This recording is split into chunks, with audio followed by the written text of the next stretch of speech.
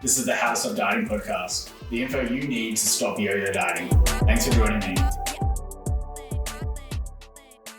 Today, we're going to talk about what you can do when your weight hits a plateau and how to break through that. So let's talk about weight loss plateaus and what most people mean when they're talking about weight loss plateaus. Weight loss plateaus is basically when our weight seems to hit a low and then stays and hovers around that low, or maybe even creeps a little bit back on that scale, and we tend to not notice or see it drop down any further for a while. Generally, most women are looking at the scale over a couple of days and they might notice that it's slowed down for like a week or two. Let's go back and think through some of the reasons why weight loss plateaus happen, and we'll talk through some of how the body breaks down stuff, how it works, and kind of some of the timelines, because you might find that your actual understanding of the human body is leading to you to have these weird expectations out of yourself, and that's causing you to throw in the towel before the weight loss plateau is even broken through. You might not actually even be at one. Weight loss plateaus, we think of them as like a definition of seeing our weight continually trend down and eventually hitting like a plateau. What's most often happening though when we talk about this is 98% of the people, or the women that I'm speaking to, don't actually weigh themselves every day. So they don't even know if their weight is even hitting a plateau.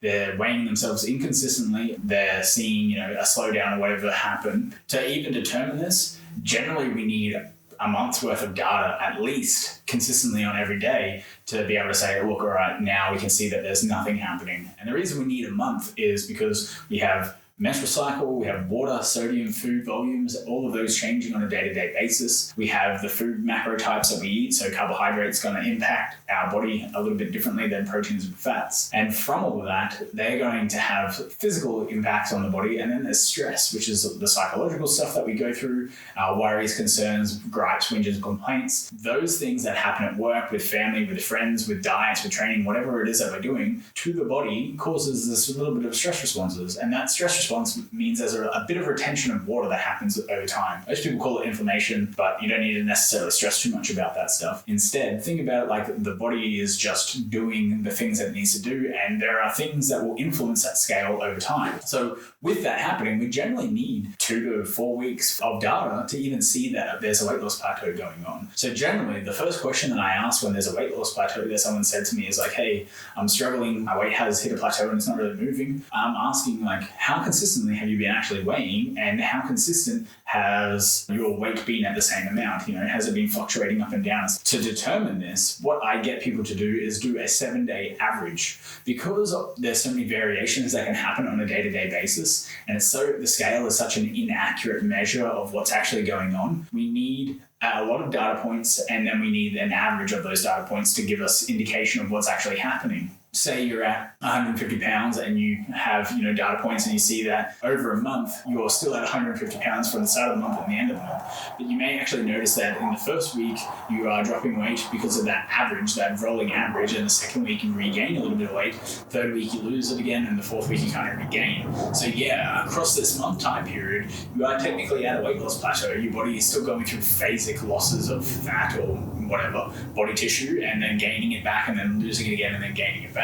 So in that situation, I'd take that more as a plateau, and understanding that that's at a plateau. Inconsistent weighing just means that we actually don't know if we're at a weight loss plateau. It just may mean that the results that we're seeing are just so slow or small that it's hard to gauge for some people without that consistent weighing or consistent measurement going on. That's what I generally ask first. If there's that consistent measuring, then we start to look at how long has that weight loss plateau needed to happen. We generally need a weight loss plateau to happen for a week to 2 weeks before we can actually say, it's like a plateau of the body holding. The amount of body fat that we can burn and break down on a day-to-day basis, the limiting factor for us to be successful on this isn't how much body fat we can break down. We can break down as much as we want to move, and as little as we want to eat, we can break down. Most people can't reach the maximum amount of body fat that they can break down on a day-to-day basis, just because that would mean having to eat no food and exercise heaps for us to maximize that amount. So it's not going to happen.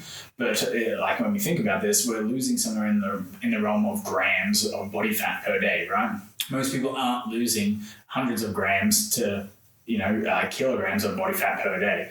We're thinking in the realm of somewhere between 10, maybe 100 grams, depending on how much exercise, how little food, and how much body fat you start off with and how much movement you're doing. But if we remember, 1 gram of fat is 9 calories, right? So if everything was straight math, there were no losses or, drops in efficiencies, 3,500 calories is roughly what's in a pound of body fat. What's 1 pound of body fat? It's not perfectly a pound because there's obviously protein, there's a bit of water and stuff like that in there, but it's around this number, right? So if we assume that, if we think 3,500 calories is what we need to drop 1 pound of body fat, when we're seeing drops on the scale of up to a pound or more than that, we're not actually seeing body fat losses. And so that's why we need 7 days worth of data, and we're going to take those averages. We want to take that pound loss into consideration, right? So we're thinking we're losing tens of grams to maybe 100 grams of fat per day to lose a pound of body fat across the week. And so if we are doing that, think about how much you would have to be weighing on the scale and the tightness of that data that the scale would have to be giving you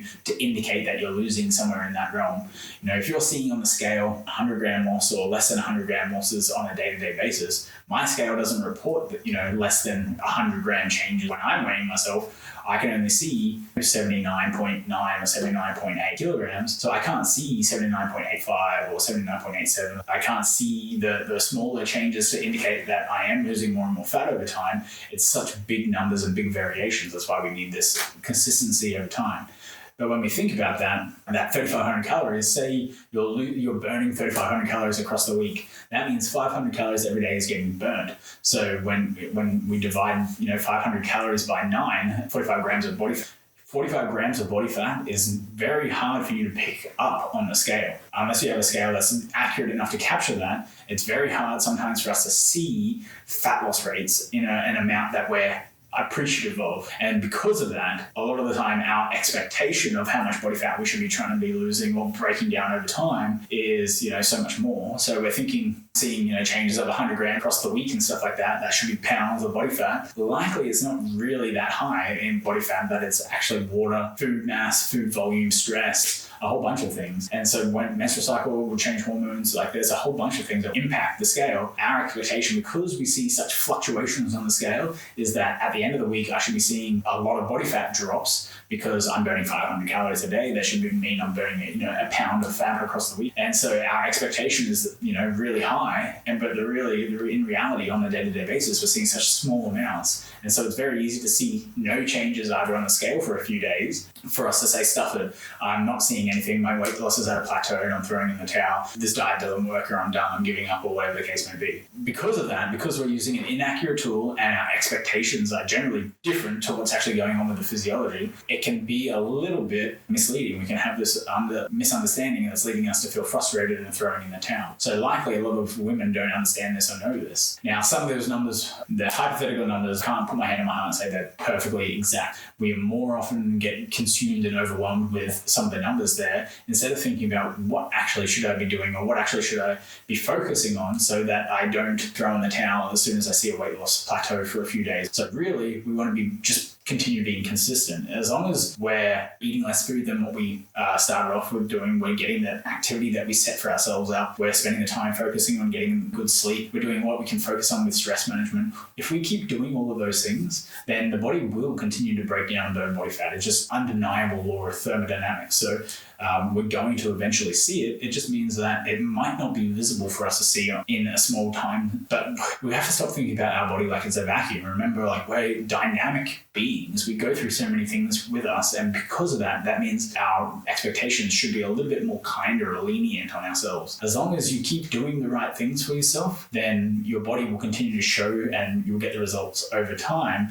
It's just that most people tend to get frustrated, throw in the towel and deviate before they get to that position to start seeing the results popping up. Now, I had a perfect client example that I share in my How to Stop Dieting Facebook group, where one of my clients was losing no weight she lost no weight for the first 5 days before her body started to show up and lose weight. There's a bunch of reasons why that could have been happening. And if she had gotten to day 4 or 5 and just thrown in the towel and said, you know what, this is stuff, this isn't working, whatever, she wouldn't have lost 12 kilos, so 20 to 24 pounds, wouldn't have seen the results that she would see from that. The reasons for the weight loss plateau right at the start could have been a bunch of them. There could have been the I'm about to start a diet effect, which tends to happen, in which I see clients telling me retrospectively that they ate something right before that they started the diet, knowing that they were going to start a diet with me, and that expecting it to be kind of similar to every other diet where someone tells them to be really restrictive or gives them a diet plan and says, eat this is the only way for you to successfully find way to lose fat. And so because of that, they do the last dinner effect, which is like they eat they